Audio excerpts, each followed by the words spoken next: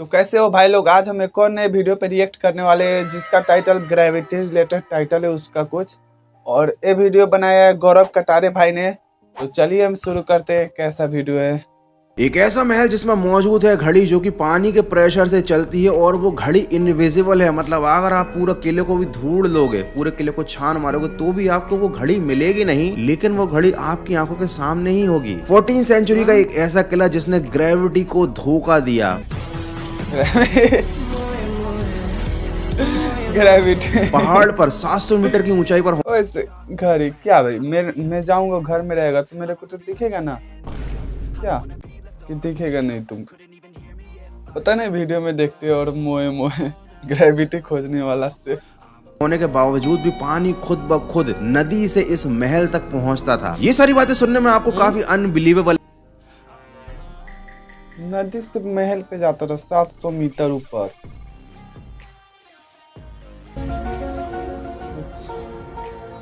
समझ में तो नहीं आ रहा, मतलब उतना ऊपर कैसे। तो देखते हैं वीडियो में आगे पता चलेगा। लग रही होंगी, लेकिन ये कोई कल्पना नहीं है, ये पैलेस एक्चुअली में एग्जिस्ट करता है। और आज मैं आपको वही इनविजिबल घड़ी दिखाने वाला हूँ और वो सिस्टम दिखाने वाला हूँ जिसके कारण ये महल, ये पैलेस ग्रेविटी को धोखा देता है।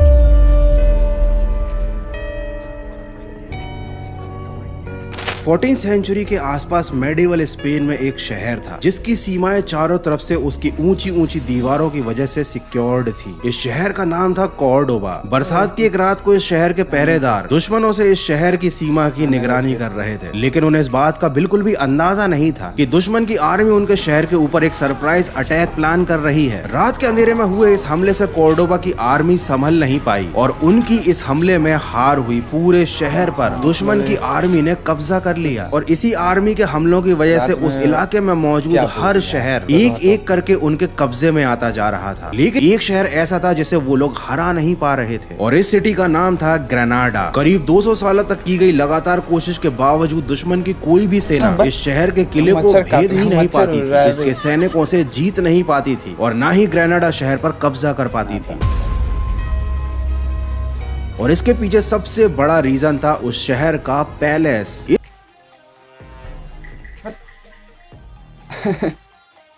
मच्छर है वे इतने।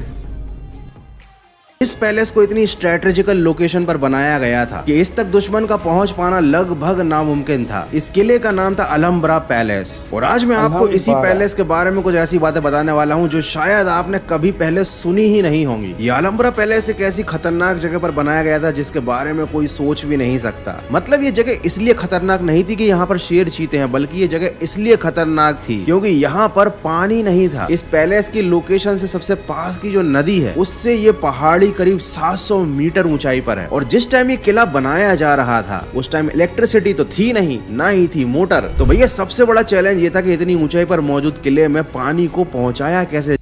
हाँ वही तो, मैं उतना ऊपर पानी कैसे पहुंचा जाएगा, मतलब उतना ऊपर पानी कैसे जा सकता है। वो भी उस जमाने में मोटर भी नहीं था।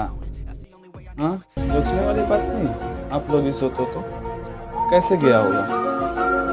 चलो वीडियो में आगे पता चलेगा ही। चलो जाएगा। अब आप बोलोगे गौरव भाई उसमें कौन सी बड़ी बात है, राजा महाराजाओं के पास हजारों और लाखों में नौकर होते हैं, वो सब एक एक बाल्टी लेकर नदी में जाएंगे और पानी को लेकर महल में आ जाएंगे। हाँ भाई वो भी तो हो सकता है ना, उतना सेना रहता है राजा के पास, एक एक बंदा जाएगा लेकर चला है, तो वेब से भी हो सकता है।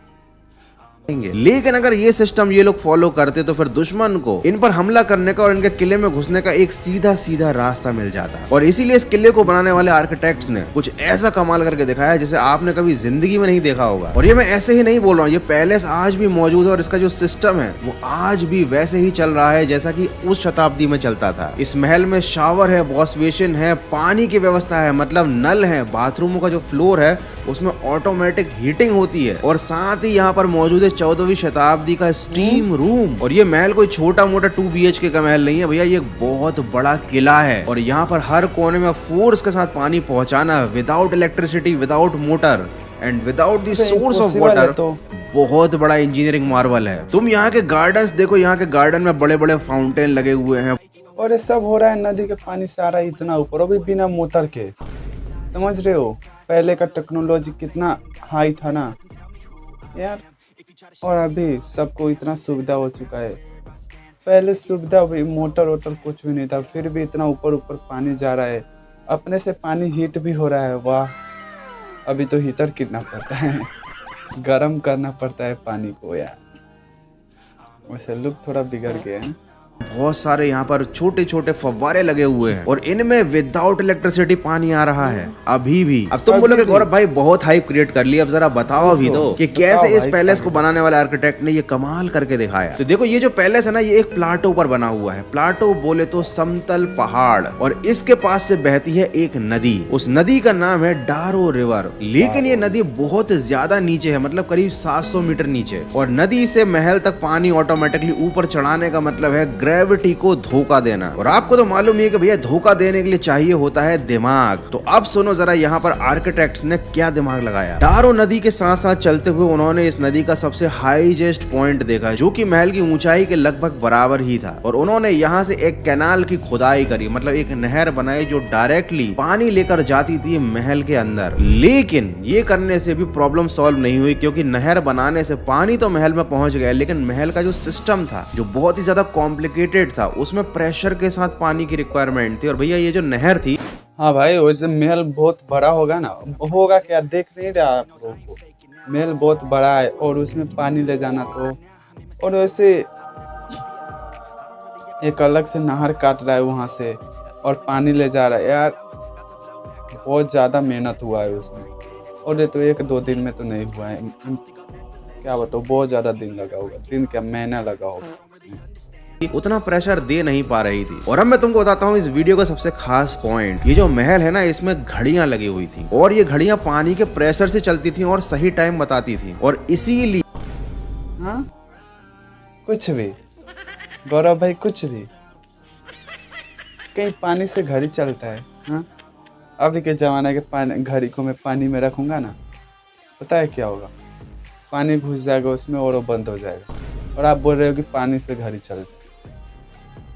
चलो आगे देखते हैं। ये पानी का प्रेशर इतना जरूरी था यहाँ पर, क्योंकि अगर प्रेशर थोड़ा सा भी कम होगा तो भैया घड़ी गलत टाइम बताएगी। अब तो तुम्हें इंटरेस्ट आने लग गया होगा कि भाई पानी के प्रेशर से चलने वाली घड़ी, ये तो हमने पहली बार सुना है। और लिटरली आप पहली बार ये चीज देखोगे भी अपनी आंख से, और आपको ये देख कर मजा आ जाएगा। लेकिन पहले चलते हैं वापस पानी के प्रेशर की प्रॉब्लम को सॉल्व करते हैं, क्योंकि उसके बिना तो भैया घड़ी काम करने से रही। तो सबसे पहले बनाया गया पहाड़ी के ऊपर एक बहुत बड़ा पूल, मतलब एक ओवरहेड वाटर टैंक समझ लो आप इसको। और इसकी ऊंचाई नदी के हाईएस्ट पॉइंट और पैलेस से भी ज्यादा ऊंची थी। उसके बाद यहाँ से पानी को अगर पैलेस में पहुंचाया जाता तो वो फुल प्रेशर के साथ जाता। लेकिन सबसे बड़ा चैलेंज था इस ओवरहेड टैंक में पानी पहुंचाना, जिसके लिए लगाया इंजीनियर्स ने दिमाग। सबसे पहले तो ये जो पूल था, ये जो टैंक था, उससे नीचे एक सीधी सुरंग खोदी गई, और इससे 60 मीटर नीचे अंदर पहाड़ी में बनाया गया एक कुआं। ये जो कुआं था उसकी जो गहराई थी वो नदी के हाईएस्ट पॉइंट से नीचे थी। और उसके बाद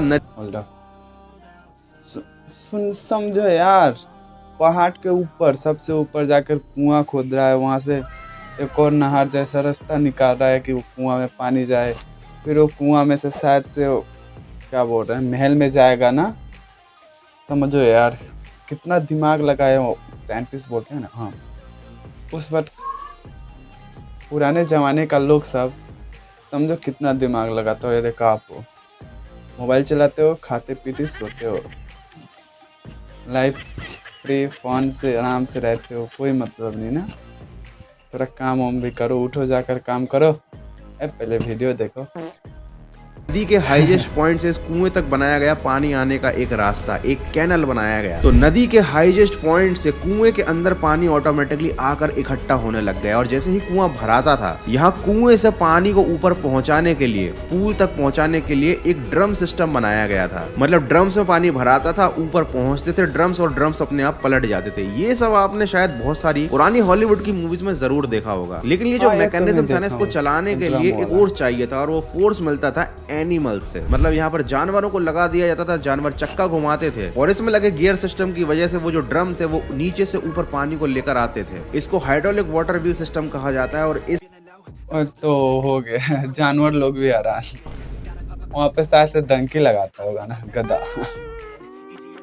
जिससे कुएं में इकट्ठा हुआ पानी पूल तक पहुंचता था और पूल से पानी पहुंचता था पैलेस में। चूंकि पैलेस की हाइट बहुत नीचे थी और ये जो ओवरहेड टैंक या पूल था, इसकी हाइट बहुत ज्यादा थी, तो पानी के प्रेशर की प्रॉब्लम तो सॉल्व हो गई थी। अब तो तुम्हें समझ में आ गया होगा कैसे यहाँ पर फाउंटेन्स में इतने प्रेशर से पानी निकलता है। यहाँ पर मौजूद नल थे, यहाँ पर मौजूद थे वॉश बेसिन, यहाँ पर पानी से रिलेटेड हर वो मॉडर्न सुविधा थी 14th सेंचुरी की जो आज के जमाने में लोगों के घरों में हुआ करती है। लेकिन भैया सबसे स्पेशल चीज जिसके लिए मैंने वीडियो बनाया है वो है टाइम दिखाने वाली घड़ी जो वाटर के प्रेशर से चलती है। और वो घड़ी आपको देखने से भी नहीं मिलेगी और वो घड़ी है इनविजिबल घड़ी। तो ये है वो इनविजिबल घड़ी।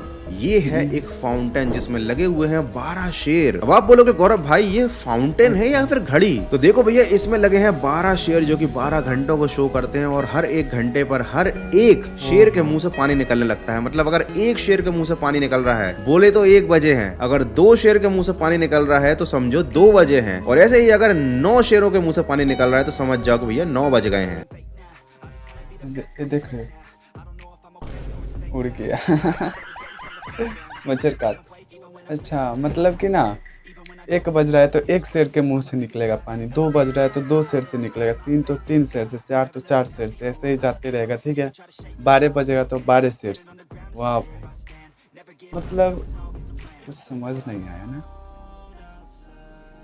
ये तो सब एक, ये देखो अच्छे से वीडियो देखो, चारों एक शेप में ऐसे गोल है और बीच में एक कटोरिया जैसा है ना, उसमें पानी रहेगा, फुल पानी रहेगा तो सब से निकलेगा ना सब। मतलब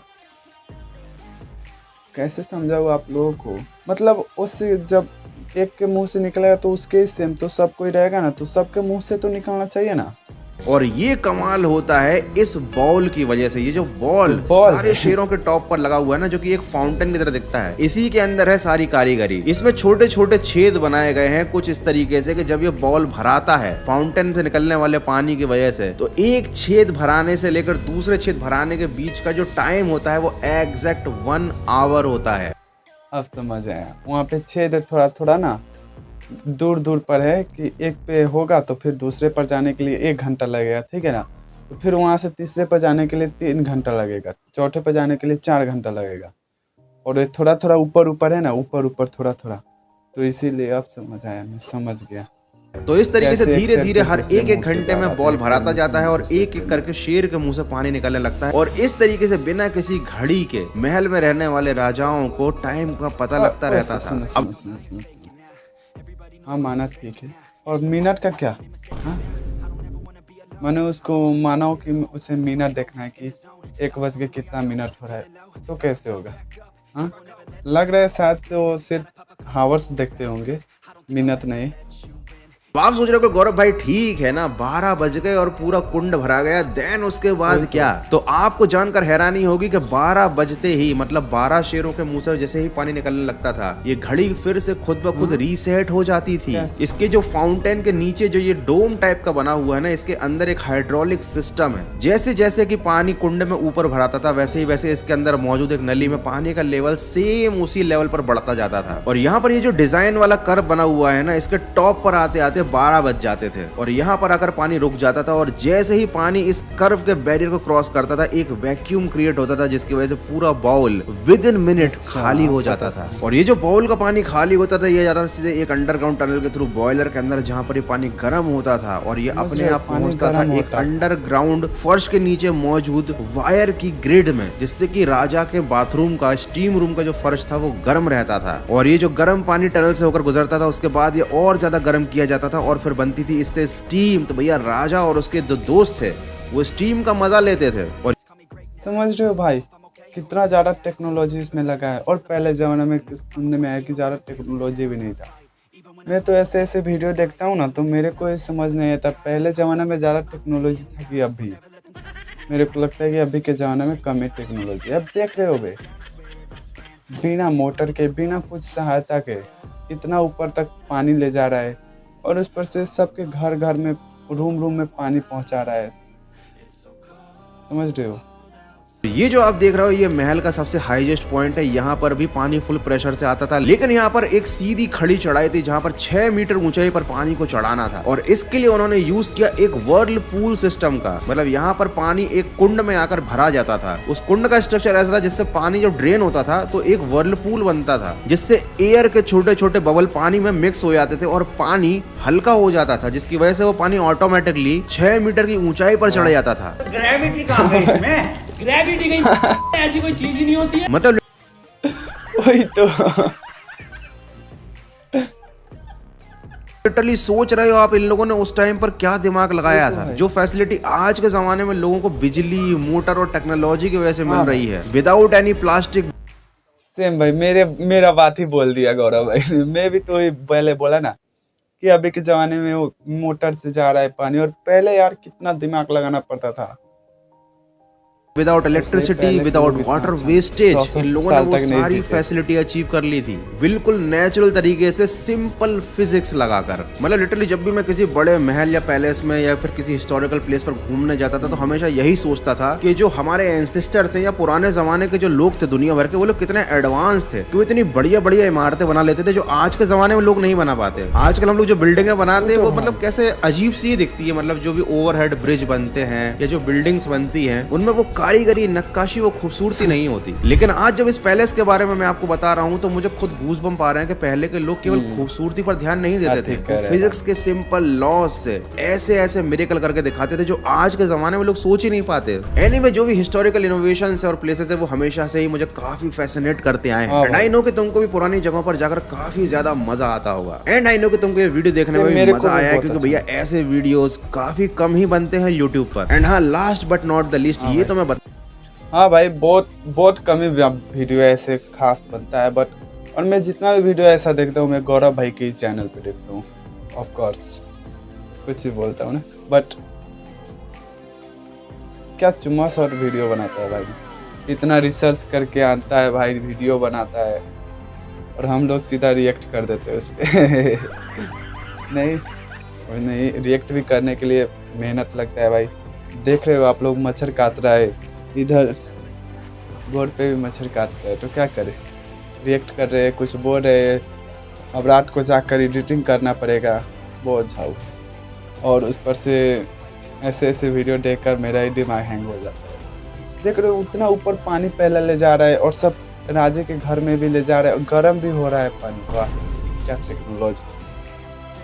बता ही दूं कि भैया इस महल को, इस पैलेस को बनाया किसने था। इस पैलेस को बनाया गया था मोहम्मद बिन यूसुफ बिन नसर के द्वारा, जिनको लोग अल महर के नाम से भी जानते हैं, और शायद उन्हीं के नाम पे इस पैलेस का नाम पड़ गया अलहंबरा पैलेस। लेकिन भाई को सैल्यूट है ऐसा पैलेस बनाने के लिए, ठीक है ना। और अभी के तो हटाओ यार, मतलब लिटरली काफी ज्यादा बड़ा नाम था यार ये किंग का। तो मोहम्मद बिन यूसुफ बैन, क्या भूलिएगा मैं, मोहम्मद इब्न यूसुफ बैन नसर, ये परफेक्ट प्रोनाउंसिएशन है। तो भैया हो सकता है अभी भी मैंने गलत प्रोनाउंस किया हो, किसी को बुरा लगा हो तो सॉरी, बड़ा ही कॉम्प्लिकेटेड नाम है। तो चलो मैं जा रहा हूँ अगली वीडियो की स्क्रिप्ट लिखने के लिए। तुम लोगों ने इस वीडियो को एंजॉय किया हो तो चैनल का एक और वीडियो देख लेना, अगर नहीं देखा हो तो मैं तो जा।